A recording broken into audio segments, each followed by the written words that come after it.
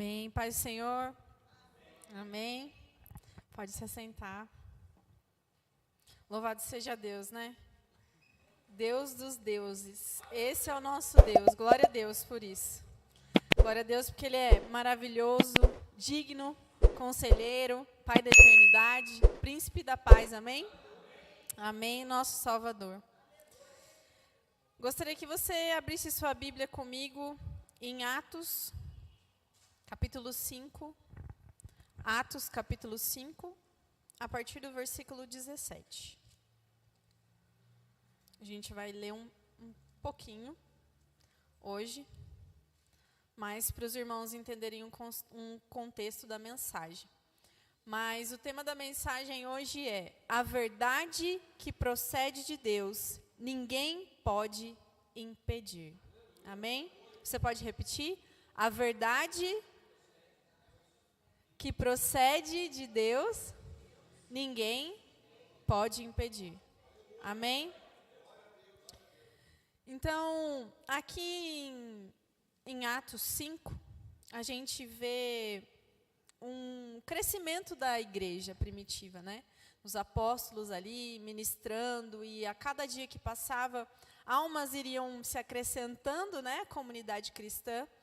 E nesse contexto que a gente vai ver, os apóstolos, eles realizavam muitos sinais e maravilhas ali, né? Pessoas eram curadas, né? Grandes sinais ali, visivelmente, as pessoas estavam ali contemplando aqueles passos dos apóstolos, e um número cada vez maior ia sendo acrescentado à igreja. E aconteceu que os sacerdotes, né? Os fariseus ali ficaram com inveja dos apóstolos.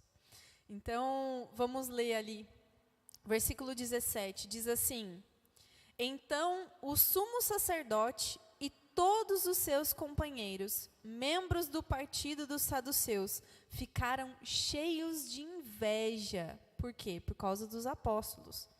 Por isso, mandaram prender os apóstolos, colocando-os numa prisão pública. Mas durante a noite, um anjo do Senhor abriu as portas do cárcere e levou-os para fora e disse: dirijam-se ao templo e relatem ao povo toda a mensagem desta vida. Glória a Deus, né? E aqui é interessante porque os saduceus, que estavam cheios de inveja dos apóstolos, eram os mestres da lei que não acreditavam em ressurreição, nem em anjos e nem em demônios. E por curiosidade, né, creio que realmente Deus tem um senso de humor, né, bíblico aí. Então ele manda um quê? Um anjo para tirar quem da prisão? Os apóstolos. E no texto a seguir a gente vai ver que eles chegaram lá e ninguém conseguia explicar o que tinha acontecido ali. Vamos ver? 21. Ao amanhecer, eles entraram no pátio do templo, como haviam sido instruídos, e começaram a ensinar o povo. Quando chegaram o sumo sacerdote e os seus companheiros, convocaram o sinédrio, toda a assembleia dos líderes religiosos de Israel, e mandaram buscar os apóstolos na prisão. Agora vocês pensam, né? Aqueles 70 homens, mais ou menos, entrando lá no sinédrio para poder, né, chamar os apóstolos, eles com toda a pompa, chegando lá. E aí o que aconteceu? 22. Todavia, ao chegarem à prisão, os guardas não os encontraram ali. Então voltaram e relataram: encontramos a prisão trancada, com toda a segurança, com os guardas diante das portas, mas quando as abrimos, não havia ninguém. Diante desse relato, o capitão da guarda do templo e os chefes dos sacerdotes ficaram perplexos, imaginando o que teria acontecido. Neste momento, chegou alguém e disse: os homens que o Senhor que os senhores puseram na prisão estão no pátio do templo ensinando o povo. Então, ninguém conseguia explicar o que tinha acontecido. Porque os sentinelas estavam lá, as prisões estavam trancadas, todo mundo no seu posto, mas cadê os apóstolos? No templo, ensinando. Então, o anjo tirou eles do templo, assim como o Senhor mandou. E eles obedeceram ao Senhor e foram, no dia seguinte, no templo, falar sobre a vida. E o que é essa vida? Eu não sei qual é a versão dos irmãos, mas aqui na minha Bíblia, no versículo 20, quando no finalzinho diz, relatem ao povo toda a mensagem desta vida. A minha vida aqui está com vida maiúsculo, não tá? O que representa isso? Mensagem de Jesus. As boas novas. Eles estavam pregando a vida de Jesus. Amém? Glória a Deus por isso. Versículo 26. Então, indo para lá com os guardas, o capitão trouxe os apóstolos, mas sem o uso da força, pois temiam o povo, que o povo os apedrejasse. Tendo levado os apóstolos, apresentaram-nos ao sinédrio, para serem interrogados pelo sumo sacerdote, que lhes disse: demos ordens expressas a vocês, para que não ensinassem neste nome. Todavia, vocês encheram Jerusalém com sua doutrina e nos querem tornar culpados do sangue deste homem. Pedro e os outros apóstolos responderam, preste bem atenção, é preciso obedecer antes a Deus do que aos homens. Pedro responde à altura. E ele continua. O Deus dos nossos antepassados ressuscitou Jesus, a quem os senhores mataram, suspendendo-o num madeiro. Deus o exaltou, colocando-o à sua direita, como príncipe e salvador, para dar a Israel arrependimento e perdão de pecados. Nós somos testemunhas dessas coisas, bem como o Espírito Santo, que Deus concedeu aos que lhe obedecem. 33. Ouvindo isso, eles ficaram furiosos e queriam matá-los. Por que eles queriam matá-los? Era tudo o que eles não queriam ouvir. Mas era exatamente como Pedro disse. Pedro falou, eu não vou obedecer aos senhores, vou obedecer a Deus. Porque é isso que importa, antes obedecer a Deus. E ainda acusou os fariseus, vocês mataram a Jesus. E suspendendo-o num madeiro. O que isso significa? Isso tinha um significado muito grande no Antigo Testamento. Porque aquele que era morto numa cruz, Deuteronômio 25 fala que era maldito. Maldito. Então, quando Pedro e os apóstolos falam, vocês o suspenderam, o Filho de Deus, num madeiro, eu imagino que eles ficaram furiosos, porque é a mesma coisa, era a mesma coisa deles estarem dizendo assim, vocês tornaram o Filho de Deus maldito. Foi a mesma coisa. E, de fato, o Senhor Jesus foi amaldiçoado, né? Maldito por nós. Por quê? Porque Ele carregou toda a nossa cruz. Todas as nossas enfermidades. Todos os nossos pecados. Tudo aquilo que nós temos de mazelas em nós. O Senhor carregou naquele madeiro. E foi maldito por nós.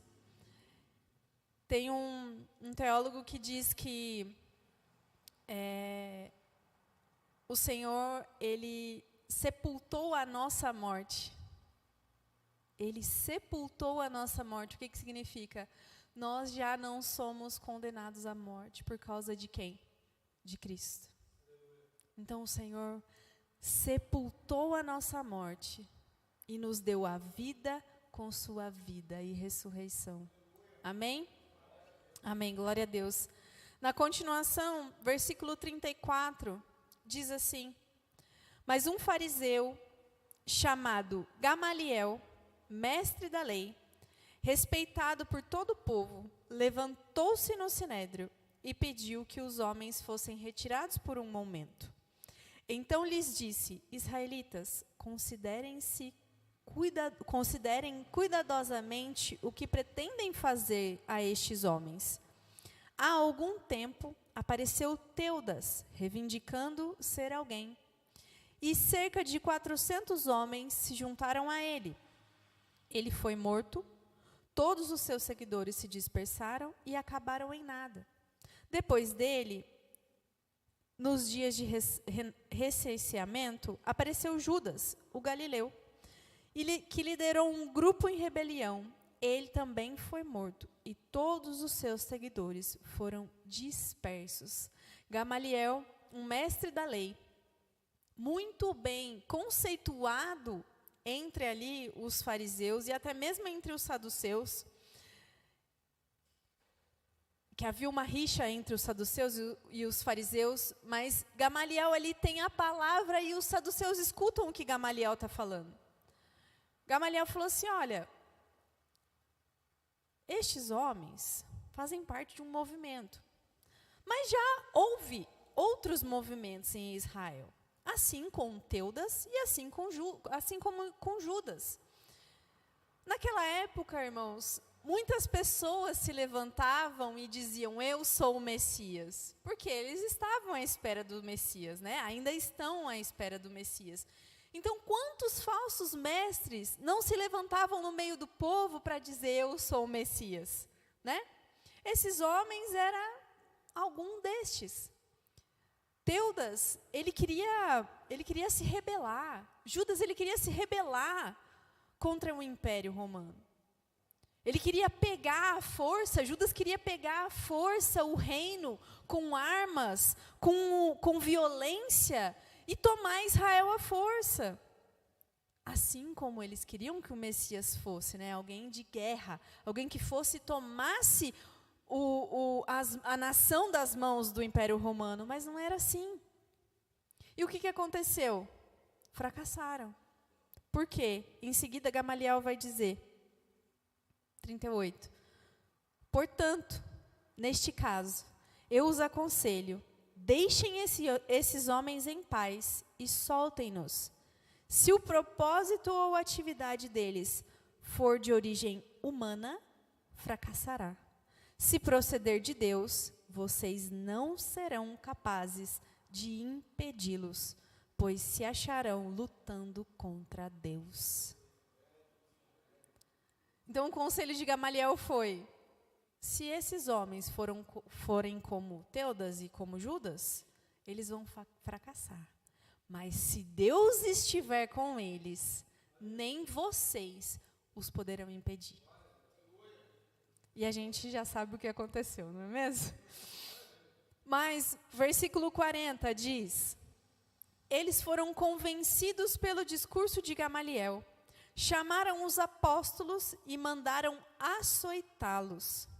Depois ordenaram-lhes que não falassem no nome de Jesus e os deixaram sair em liberdade. E aqui, irmãos, esse açoitá-los foi o mesmo açoite que Jesus levou. 39 açoites no peito e nas costas, com aquelas pontas, né, de couro. Então, eles ficaram marcados no peito e nas costas. 41, versículo 41. Os apóstolos saíram do sinédrio. O quê? O quê? Alegres, por terem sido considerados dignos de serem humilhados por causa do nome. Todos os dias no templo e de casa em casa não deixavam de ensinar e proclamar que Jesus é o Cristo. Então os apóstolos ficaram alegres por serem açoitados. Porque ali eles entenderam que o mestre deles sofreu como um maldito na cruz pelos seus pecados. E agora, eles estavam sendo dignos de sofrer por causa de Cristo. Para eles, isso era alegria, era, sabe, vida. Representava que a sua vida não estava sendo em vão, né? Como a gente ouviu na mensagem de domingo, né? Não viva fora da graça. Não esteja vivendo em vão essa graça. E aqui eles faziam jus a isso, né? A todo momento ficaram alegres por serem açoitados por causa do nome do Senhor Jesus Cristo. E eu fiquei assim numa reflexão, Senhor, será que fazem crentes como antigamente? Como esses aqui, que ficaram alegres por sofrer por Cristo? Né? Muitas vezes a gente não quer sofrer, nunca quer sofrer, né? Quem quer sofrer? Ninguém quer sofrer. Né? Ninguém quer sofrer. Ninguém quer passar pelo sofrimento. Mas e se tiver que passar? E se a gente tiver que passar? Graças a Deus nós vivemos em um tempo em que nós não sofremos perseguição religiosa, ou até sofremos pouco. Né? Em alguns outros lugares a perseguição é grande. Os cristãos sofrem muita perseguição. E o que nós temos dado a respeito da mensagem da cruz? Os açoites ali e a resistência dos apóstolos, eles eram um precedente para os demais irmãos da resistência cristã ali naquele momento. Imagina se os apóstolos fugissem, ou se eles fossem dispersos, ou se eles ficassem murmurando, reclamando, ou tivessem qualquer outro tipo de reação frente ali ao sinédrio e aquilo que colocaram para eles. Como seria o decorrer da igreja ali? Como que aqueles outros cristãos veriam aqueles homens? Eles tomaram uma postura de: nós, se preciso, vamos ser presos, ameaçados, açoitados, mas não deixaremos de pregar a verdade de Cristo. Assim como o Pedro, né? Será que você tem coragem de virar e falar assim: eu preciso antes obedecer a Deus do que aos homens? E ir contra o sistema, muitas vezes, ir contra, né, os pensamentos ideológicos do mundo, ou às vezes os vizinhos, às vezes, né, até mesmo pessoas dentro da sua família, que às vezes você não quer se posicionar muito, porque, não, vai dar muita briga, vai dar muito, né? Nossa, vai dar muito. Então eu não vou me posicionar, vou me calar e deixa acontecer. Aqueles homens, eles foram resistência para nós. Amém? E nem a ameaça, nem a prisão, nem os açoites tiveram efeito algum sobre eles, porque eles continuavam a proclamar a verdade. E eu queria fazer três lições, queria trazer para os irmãos 3 lições sobre esse texto que a gente leu. Acerca de Deus e acerca de nós mesmos, né? A primeira lição que eu quero dizer é: a verdade independe de nós. Por que a verdade independe de nós? Porque a verdade, ela é a verdade. Sem você ou com você. Então, é a verdade, ela independe de nós. Então, se é de Deus, vai dar certo. Se não é, vai fracassar. Se é do homem, fracassa. Se é de Deus, vai à frente. Tá certo. O que é centrado no homem acaba. Todas as vezes que a gente coloca o nosso eu, a nossa vontade, o nosso desejo, o eu acaba. Muitas vezes em mágoa, em frustração, né? Acaba, muitas vezes conosco, né? Acaba com a gente, mas aquilo que é de Deus permanece na nossa vida. Sempre permanece. O que é de Deus permanece. Essa é a verdade. Ela independe de nós.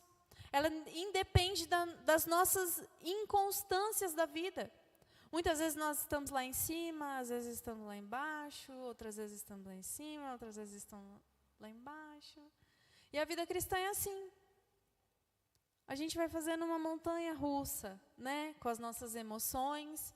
E aí um dia a gente quer vir no culto, no outro dia a gente não quer, no outro dia a gente quer sofrer e morrer por Cristo, no outro dia a gente não quer mais, né, a gente acha muito pesaroso. No outro dia a gente quer estar aqui cumprindo escala, no outro dia a gente não quer mais cumprir escala. É assim. A nossa vida é assim porque é cheia de inconstâncias. Imagina se a verdade do Evangelho dependesse da gente. Só da gente. Misericórdia. Misericórdia. Sabe por quê? Deus conta conosco. 2 Coríntios 6:1 diz que nós somos cooperadores de Deus. Como cooperadores de Deus, insistimos com vocês para não receberem inutilmente a graça de Deus. Por quê? Porque a mensagem é pregada através de nós. Nós somos cooperadores da mensagem de Deus. Significa que a mensagem depende só de nós? Não. Se for preciso, as pedras clamarão. Se for preciso, Deus usa quem tiver que usar. Ele não vai ficar esperando você do céu assim, vamos lá, Damião, vai lá. Não é assim que funciona. Mas Ele conta com você, Ele conta comigo. Ele contava com os apóstolos para falar das boas novas. E Ele conta comigo e com você para falar das boas novas. Mas Ele não depende de você. Saiba disso. É um privilégio, e eu vejo como privilégio viver a graça dessa maneira, sendo cooperador de Cristo, cooperadora de Cristo. Sabe, você é um ministro da reconciliação, como o Bispo Tom falou no domingo, ministro da reconciliação. Sabe o que significa isso? A sua boca é testemunho e a sua vida é testemunho na vida de outras pessoas sobre a graça de Cristo, sobre a mensagem da cruz pregada. Isso é privilégio. Isso é privilégio.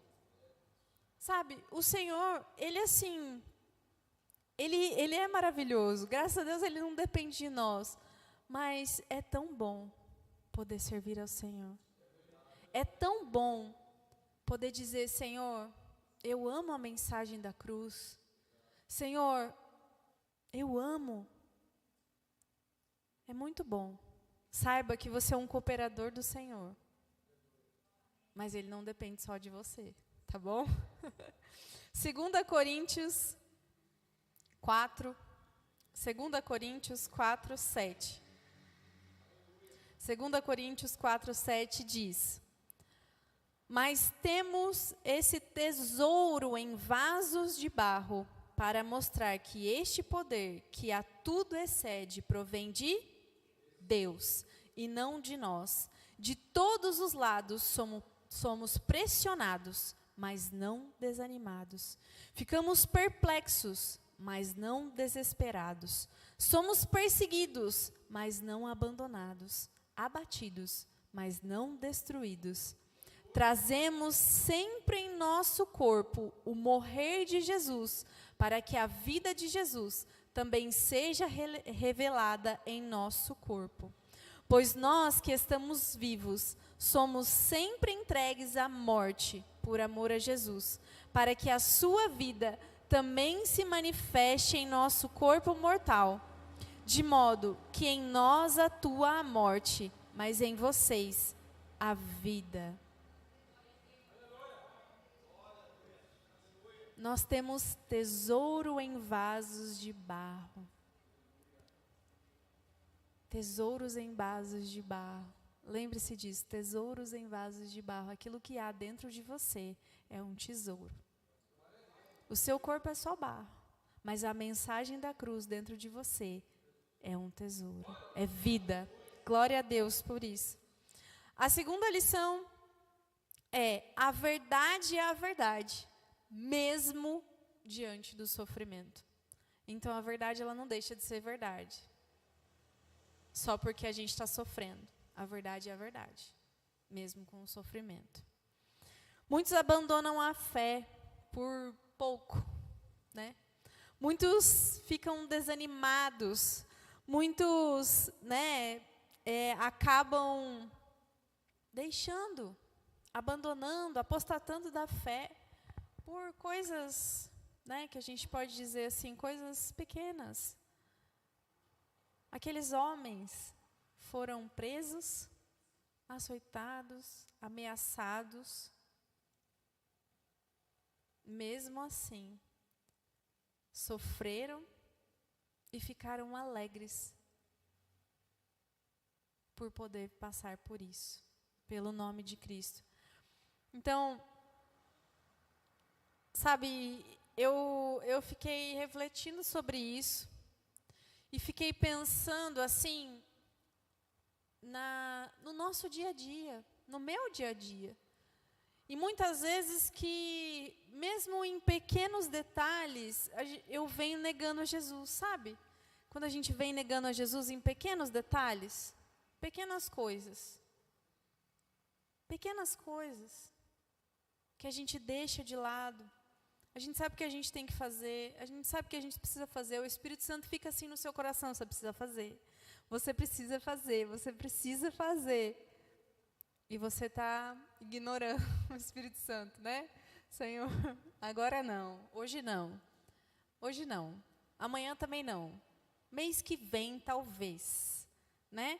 Talvez semana que vem, talvez na escala do próximo culto, talvez, e a gente fica assim, só dando desculpas para nós mesmos de tantas coisas que a gente pode fazer, porque a gente acha pesaroso, é pesado, é difícil. E às vezes a gente quer servir a Jesus enquanto está tudo bem, está tudo certo. A nossa vida está certinha, está correndo tudo bem, a gente não está com nenhuma luta e está tudo certo. E a gente quer servir a Jesus. Na primeira dificuldade, na primeira tempestade, na primeira onda do mar, a gente é levado junto. E vai parar lá na praia. Leva um caixote e fala assim: Senhor, só me leva. Só me leva. Porque tá difícil, só me leva. E eu fico: Senhor, me perdoa. Sabe, me perdoa mesmo. E às vezes a gente tem que viver igual aquela música da Lauriette, né? Ainda que para te servir, Senhor, eu tenha que chorar. Não é? Porque sofrer contigo é bem melhor do que errar. É muito melhor estar com o Senhor, sofrer, chorar, né? E como eu tenho chorado, eu falo: Senhor, vai secando as lágrimas aí. Só o Senhor sabe, mas ainda que a gente tenha que sofrer, sabe? Para ministrar, para falar da mensagem do Senhor, para viver de modo digno da nossa vocação, que é em Cristo Jesus. E eu fico com um testemunho assim na minha cabeça, né? Assim, eu fico relembrando o testemunho que eu vi já há muito tempo, e eu queria compartilhar com os irmãos. Uma missionária, ela conta que ela vai conversar com um senhor já de 93 anos, e assim, tinha que ser tudo escondido, tudo, né? Porque ele ainda vivia, né, em tempo assim de perseguição, e assim, era um país bem mais fechado. Então, ela, para conversar, ela teve que ir num lugar escondido, né, num lugar assim, e ficou aquela expectativa. E foi falado para ela que ele não poderia falar muitas palavras, né, porque ele sofreu tanto golpes aqui, assim, na boca, que ele não conseguia falar, né? Então, tinha perdido alguns movimentos, então estava bem debilitado, né? Também já com 93 anos. E desses 93, ele passou 26 anos na prisão. 26 anos. E quando ele foi preso, seu filho tinha 6 anos de idade. E aí, ali, ele conta, assim, né, a pessoa que está do lado dele conta para a missionária que ele, ali naquela prisão, ele foi, assim, ele foi torturado de todas as maneiras. E uma das maneiras foi que abriram, assim, uma cova, e ele ficou ajoelhado naquela cova durante 6 meses.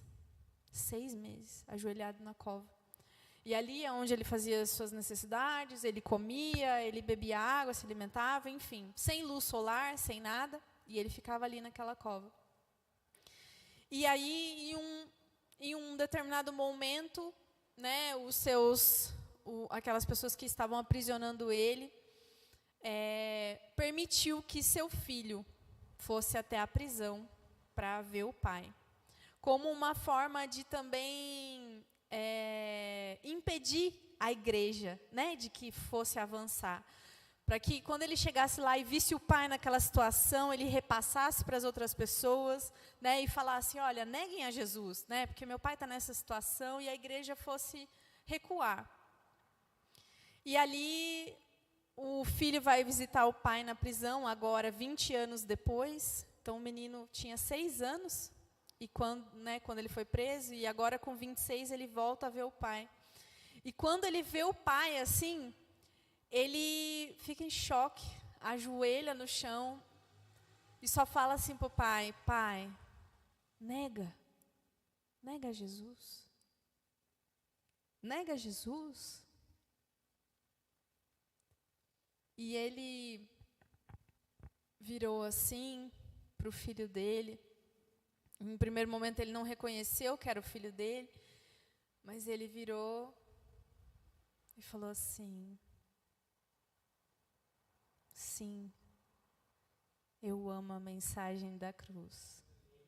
E até morrer, eu a vou proclamar.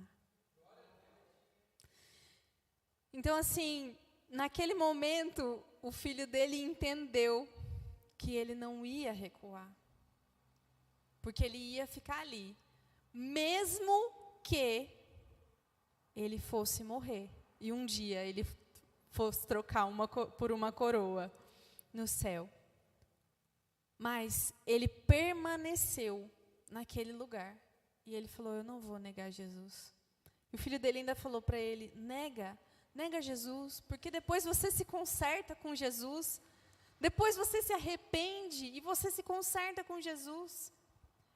E ele, sim, eu amo a mensagem da cruz. Isso é tão forte, porque por muitas vezes a gente passa por sofrimentos assim, momentâneos, e por muito menos nós tentamos desistir da mensagem da cruz. Às vezes esfriamos, muitas vezes, no nosso pensamento, com as nossas palavras, com as nossas atitudes. Mas sabe, irmãos, graças a Deus, porque há uma igreja perseguida que persevera. Nossos irmãos cristãos que estão em outros países sofrendo perseguição mesmo religiosa, muitos deles estão perdendo as suas vidas pelo nome do Senhor Jesus Cristo. Muitos deles estão sofrendo muitos açoites por causa do nome de Jesus. E nós? E nós? Eu fico pensando em mim mesma. Essa palavra é para mim também, não é só para os irmãos, mas é para mim. Quantas vezes nós temos deixado a palavra do Senhor de lado por coisas momentâneas da nossa vida, por situações? estou sofrendo demais, estou com a questão financeira ruim, meu emocional está ruim, meu psicológico está ruim, meus amigos, minha família, meu irmão, meu parente, meu marido, minha esposa, meus filhos. E são todos os dias cada desculpa diferente. Ao irmão, à igreja, ao pastor. E a gente não sai de um ciclo de imaturidade da igreja. Graças a Deus, porque o Senhor não depende de nós para a verdade ser pregada. Mas a gente precisa entender que somos cooperadores do Senhor e que, independente do sofrimento e circunstância, nós devemos permanecer na verdade. E assim como os apóstolos ficaram alegres, também ficaram alegres. Não é assim que diz Tiago 1:2? Né? Tende motivo de grande alegria por passar pelas provações. Meus irmãos, considerem motivo de grande alegria o fato de passarem por diversas provações. O Evangelho, ele é muito louco. Ele é muito louco. Porque o mundo não entende. O mundo não vai entender. O mundo não vai entender. O mundo vai dizer, nega Jesus. Para de fazer isso aí que você está fazendo. Igreja, o quê? Ministério? Não. Para com isso, vai viver sua vida. Vai viajar. Vai fazer outras coisas. Gastar a vida pelo Senhor? Não, não, não. Mas nós, a igreja perseverante, vamos pregar o Evangelho até o fim, amém? Amém. Lição número 3. A verdade permanecerá para sempre. Jesus disse, eu sou o caminho, a verdade e a vida. Ninguém vem ao Pai senão por mim. João 14:6. Ele é o caminho, Ele é a verdade e Ele é a vida. Jesus é a verdade e a vida. Por isso que a verdade permanece para sempre, porque a verdade é Jesus. Sabe de uma coisa? A verdade está em você. A verdade está dentro de você. E, Senhor, o que me cabe agora? Diante disso, o que eu tenho que fazer? Você tem que viver a verdade. Viver a verdade. Eu quero que você abra comigo aí agora, em Atos, capítulo 29. Abre aí para mim. Abre aí para mim. Atos, capítulo 29.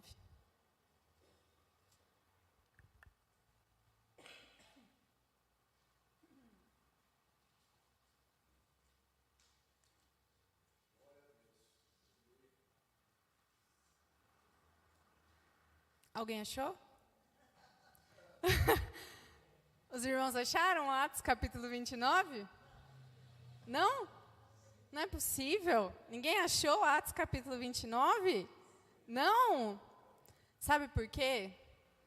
John Stott disse assim, os Atos dos Apóstolos terminaram há muito tempo, mas os atos dos seguidores de Jesus continuarão até o fim do mundo, e a palavra deles vai se espalhar até os confins da terra.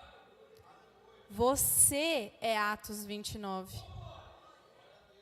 Você e eu. A nossa igreja é Atos 29. Nós somos os atos do Espírito Santo de Deus. Então, daqui para frente, nós estamos escrevendo a história da igreja, a partir de Atos 29. Então, você e eu temos o Espírito Santo e somos incumbidos de levar essa palavra, que não depende de nós, mas Ele conta com a gente. Amém? Então, agora você precisa viver Atos 29, através do Espírito Santo. Muitas vezes nós ficamos em dilemas, né, com o Senhor. E eu queria que a sua oração nessa noite e a minha oração fosse para que o Espírito Santo ministrasse sobre nós o fruto do Espírito, para que a gente pudesse permanecer fiel, que Ele possa nos sustentar nessa noite, para que a gente possa viver essa vida que o Senhor deseja que nós vivamos. Permanecer como os apóstolos, alegres, até mesmo em meio ao sofrimento, mesmo em meio às adversidades da vida, mesmo as coisas que vêm para nos abater. Sabe, o inferno não pode prevalecer contra a igreja, ele não vai prevalecer. Porque nós temos a verdade, e a verdade que é eterna, e permanece para sempre. Não tem como o mundo derrubar a igreja. E eu te falo, o ódio do mundo é a glória da igreja. A gente sabe quando a gente está no caminho certo, é quando o mundo nos odeia. Quando o mundo nos odeia, é onde a gente está no lugar certo. Porque se o mundo odeia seu modo de pensar, se o mundo odeia sua roupa, se o mundo odeia sua boca, se o mundo odeia a sua igreja, é porque a gente está no lugar certo. Amém? Pode se colocar de pé. Vamos orar. E sai com essa palavra não como um peso no coração, mas como um impulso para que nós vivamos essa verdade de verdade, né? De maneira concreta, de maneira assim, não pesada no coração, mas alegre como aqueles apóstolos, sabendo que nós somos cooperadores do Senhor e que nós temos tesouros em vaso de barro. Amém? Feche seus olhos.